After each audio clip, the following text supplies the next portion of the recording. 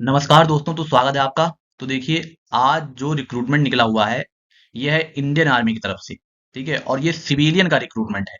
तो इसमें देखिए, ये रिक्रूटमेंट डीजीईएमई की तरफ से निकला हुआ है। डीजीईएमई क्या होता है?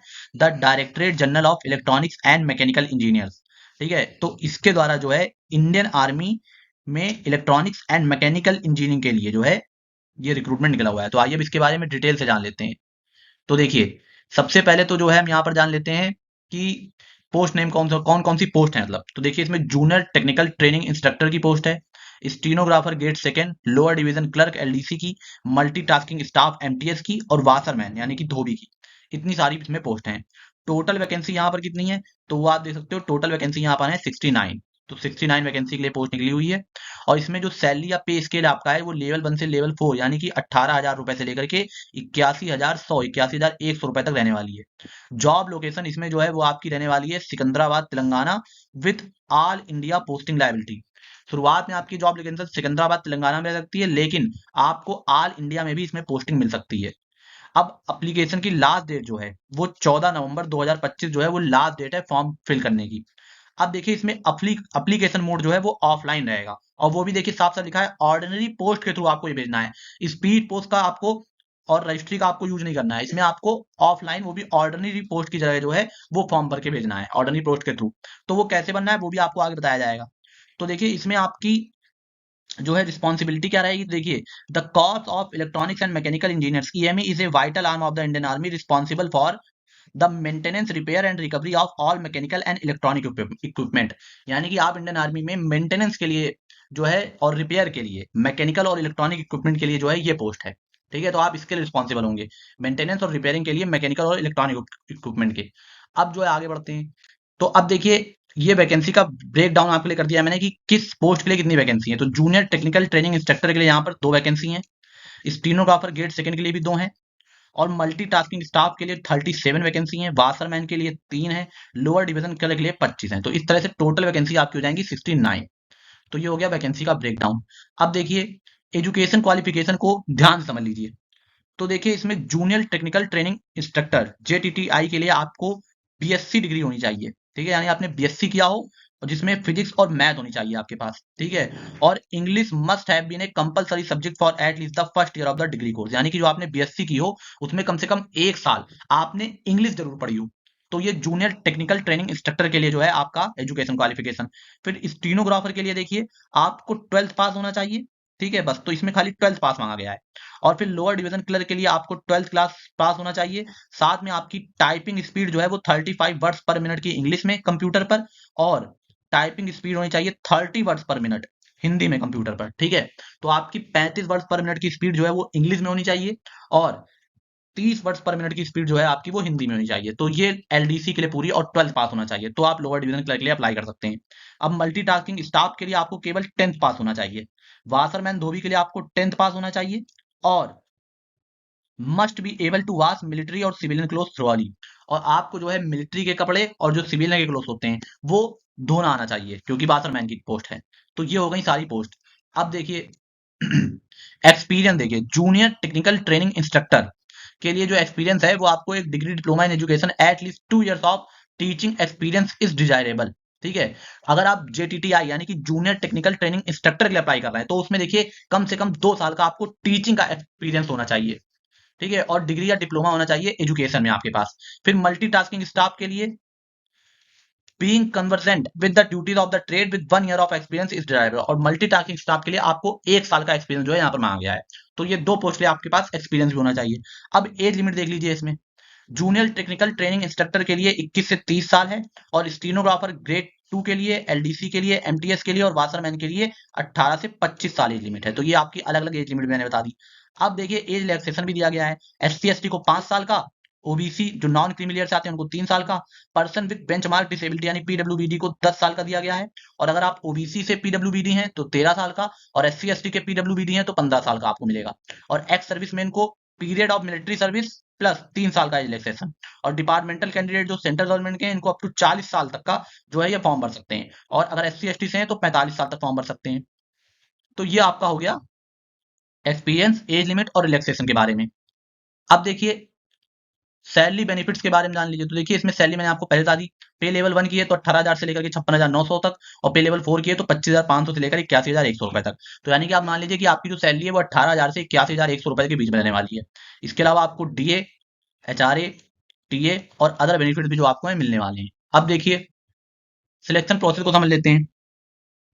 तो देखिए सिलेक्शन प्रोसेस में कैसे आपका सिलेक्शन किया जाएगा। तो सबसे पहले शॉर्ट लिस्टिंग होगी, जो भी एप्लीकेशन आएंगे। Application will be screen based on the percentage of marks obtained in the minimum essential education qualification. मतलब जो आपकी मिनिमम एसेंशियल एजुकेशन क्वालिफिकेशन मांगी गई है, उसमें परसेंटेज के हिसाब से पहले आपको शॉर्ट लिस्ट किया जाएगा, जो भी एप्लीकेशन जो है इंडियन आर्मी को प्राप्त होंगे। उसके बाद जो शॉर्ट लिस्ट किए जाएंगे कैंडिडेट, उनका जो है रिटन टेस्ट होगा, जो कि ओएमआर बेस्ड रिटन एग्जामिनेशन होगा, यानी कि उसमें मल्टीपल चॉइस क्वेश्चन आएंगे। फिर उसके बाद आपका स्किल टेस्ट या फिजिकल टेस्ट होगा। Candidate who qualify the written test will undergo skill test, जैसे कि लोअर डिवीजन क्लर्क और स्टीनो के लिए जो टाइपिंग का है वो सब, जो कि क्वालिफाइंग होगा, जिसको आपको खाली क्वालिफाई करना होगा। उसके बाद डॉक्यूमेंट वेरिफिकेशन हो जाएगा, यानी कि final selection is subject to verification of all original document. तो यानी कि लास्ट में आपका जो है डॉक्यूमेंट वेरिफिकेशन होगा, जिसमें सारे आपके ओरिजिनल डॉक्यूमेंट चेक किए जाएंगे। तो ये आपका सिलेक्शन प्रोसेस हो गया।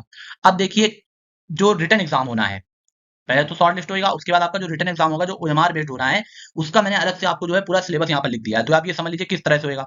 तो देखिए रिटन टेस्ट जो होगा वो ऑब्जेक्टिव टाइप का होगा, जिसमें आपको 150 मार्क्स का होगा, और इसमें आपको 2 घंटे का समय मिलेगा। ठीक है, तो मल्टीपल चॉइस क्वेश्चन होंगे इसमें 150 मार्क्स के, और आपको 2 घंटे का समय मिलेगा। और इसमें निगेटिव मार्किंग भी रहने वाली है 0.25 मार्क्स की प्रत्येक रॉन्ग आंसर के लिए।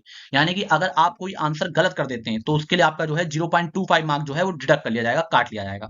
क्वेश्चन पेपर जो है वो बाइलिंगुअल होगा, यानी कि इंग्लिश में भी होगा और हिंदी में भी होगा। अब देखिए इसमें एग्जाम पैटर्न क्या रहेगा।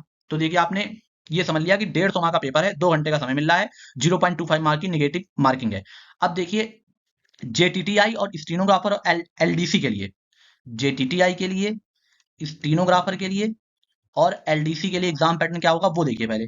तो इसमें देखिए 25 क्वेश्चन जो है वो आपके जनरल इंटेलिजेंस और रीजनिंग से पूछे जाएंगे, जो कि 25 मार्क्स के होंगे, यानी एक क्वेश्चन 1 नंबर का। जनरल अवेयरनेस से भी आपके 25 क्वेश्चन पूछे जाएंगे, 25 मार्क्स के होंगे। फिर उसके बाद जनरल इंग्लिश से आपके 50 क्वेश्चन पूछे जाएंगे, ये 50 मार्क्स के होंगे। उसके बाद न्यूमेरिकल एप्टीट्यूड से भी आपके 50 क्वेश्चन पूछे जाएंगे, ये 50 मार्क्स के होंगे। तो इस तरह से 150 नंबर का पेपर हो गया, 2 घंटे में आपको करना होगा। तो ये आपका जो है ये आपका हो जाएगा जेटीटीआई, स्टेनोग्राफर और एलडीसी के लिए एग्जाम पैटर्न।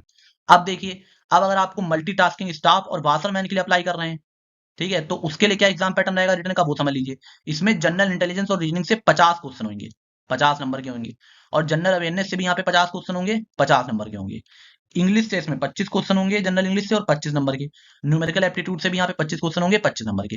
तो इस तरह से इसमें 150 नंबर के 150 क्वेश्चन हो जाएंगे, और 0.25 मार्क की निगेटिव मार्किंग होगी, 2 घंटे में आपको करने होंगे। तो ये एमटीएस और वाशरमैन के लिए आपका एग्जाम पैटर्न हो गया। तो ये देखिए मैंने आपको अलग अलग दोनों का हर पोस्ट का एग्जाम पैटर्न क्या होगा वो बता दिया है। अब देखिए स्किल टेस्ट। स्किल टेस्ट आपका जो है वो स्टीनोग्राफर के लिए होगा खाली, और लोअर डिवीजन क्लर्क के लिए होगा।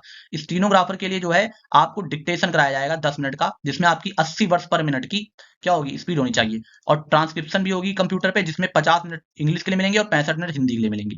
उसके बाद लोअर डिवीजन क्लर्क के लिए देखिए एक टाइपिंग टेस्ट होगा, ठीक है, जिसमें आपकी 35 वर्ड्स पर मिनट की स्पीड इंग्लिश में, या फिर 30 वर्ड्स पर मिनट की स्पीड हिंदी में होनी चाहिए। तो आप इंग्लिश हिंदी दोनों की तैयारी कर लीजिए, किसी में भी आपकी जो है टाइपिंग टेस्ट हो सकता है। तो ये स्किल टेस्ट होगा, जो कि खाली स्टीनोग्राफर और लोअर डिवीजन क्लर्क के लिए होना है। तो ये मैंने आपको स्किल टेस्ट बता दिया। अब देखिए कैसे आपको अप्लाई करना है, ये ध्यान समझ लीजिए, क्योंकि ऑफलाइन मोड में अप्लाई करना है। तो देखिए पहले तो आप ये गलती मत कीजिएगा, आपको ऑर्डिनरी पोस्ट से भेजना है। बहुत लोग स्पीड पोस्ट का उपयोग कर लेते हैं, नहीं करना है आपको। देखिए साफ साफ लिखा है, application process entirely offline, you must, मतलब आपको हर हाल में send your application from through ordinary post. तो आपको ऑर्डिनरी पोस्ट का ही उपयोग करना है। इसमें देखिए क्या क्या आपको लगाना है, वो सारी चीजें मैंने यहाँ पर लिख दी हैं, ठीक है, तो वो आपको पढ़ लीजिएगा ध्यान से, स्टेप बाय स्टेप। ये सारी चीज जब आप लगाएंगे तभी आप जो है अप्लाई कर पाएंगे। तो ये सारी चीजें पढ़ लीजिएगा। सेल्फ अटेस्टेड का मतलब होता है कि उसमें आपको साइन करना होगा, जितनी भी आप ये सारी चीजें उसमें लगा के भेजेंगे, फोटो कॉपी लगानी होगी इनकी। अब उसके बाद देखिए, क्योंकि ओरिजिनल डॉक्यूमेंट्स आपके जो हैं वो जब डॉक्यूमेंट वेरिफिकेशन का स्टेज होगा तब वहां आपको दिखाने होंगे। अभी आपको सब फोटो कॉपी भेजनी है। उसके बाद एप्लीकेशन स्टेप देखिए, कैसे एप्लीकेशन आपको देना है, वो सारी चीजें यहाँ पर लिखी हुई हैं। देखिए जो एनवेलप आप भेजेंगे ऑफलाइन, उसमें देखिए बड़े बड़े अक्षरों में ये गलती मत कीजिएगा, साफ साफ लिखा होना चाहिए application for the post of, जिस भी पोस्ट के लिए आप अप्लाई कर रहे हैं वो पोस्ट का नाम यहाँ पर लिखा होना चाहिए। और ये आपको सुपरस्क्राइब कराना है, मतलब टाइप करवा दीजिए, ठीक है। और देखिए साफ साफ फिर से यहाँ पे लिखा है ऑर्डिनरी पोस्ट के थ्रू ही आपको भेजना है।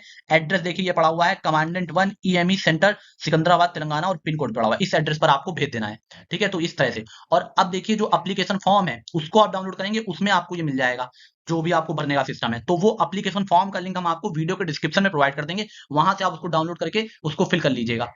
अब इंपॉर्टेंट डेट देख लीजिए, तो देखिए 11 अक्टूबर से ये स्टार्ट हो जाएंगे फॉर्म भरना इसके, ठीक है। और एप्लीकेशन की लास्ट डेट 14 नवंबर तक रहेगी आपकी, ठीक है, यानी कि 11 अक्टूबर से आप फॉर्म भेज सकते हैं, 14 नवंबर लास्ट डेट है। तो देखिए बिल्कुल लेटेस्ट अपडेट आपके लेके आते हैं। अगर आपको इसी तरह की लेटेस्ट अपडेट चाहिए तो आप जो है चैनल को सब्सक्राइब जरूर कर लीजिएगा। फीस इसमें आपकी कोई फीस नहीं लगने वाली, जो आपका भेजने का चार्जेस लगेंगे वही लगेंगे, और बाकी इसमें देखिए किसी भी कैटेगरी के लिए कोई फीस नहीं है। अब उसके बाद देखिए हमारा एक टेलीग्राम चैनल है जिसमें हम आपको लेटेस्ट अपडेट वगैरह और जैसे कि वो फॉर्म की लिंक वगैरह प्रोवाइड करते रहते हैं, तो आप चाहें तो उसको ज्वाइन कर सकते हैं। उसका लिंक भी आपको वीडियो डिस्क्रिप्शन मिल जाएगा। और हमने अरट्टाई का भी एक चैनल बना लिया है, उसका लिंक भी आपको डिस्क्रिप्शन मिल जाएगा। उसमें भी हमारी टीम आपको जो है सारी चीजें प्रोवाइड करती रहती है, तो उसका लिंक भी आपको वीडियो डिस्क्रिप्शन मिल जाएगा, तो आप चाहें तो इन दोनों को ज्वाइन कर सकते हैं। तो बस इतना ही बताना था आपको। अब अगर आपको हमारा वीडियो और हमारी मेहनत पसंद आती हो तो वीडियो को लाइक करिए, ठीक है। इस जानकारी को अपने दोस्तों के साथ भी साझा करिएगा और चैनल को सब्सक्राइब जरूर कीजिएगा। तो बहुत बहुत धन्यवाद आपका।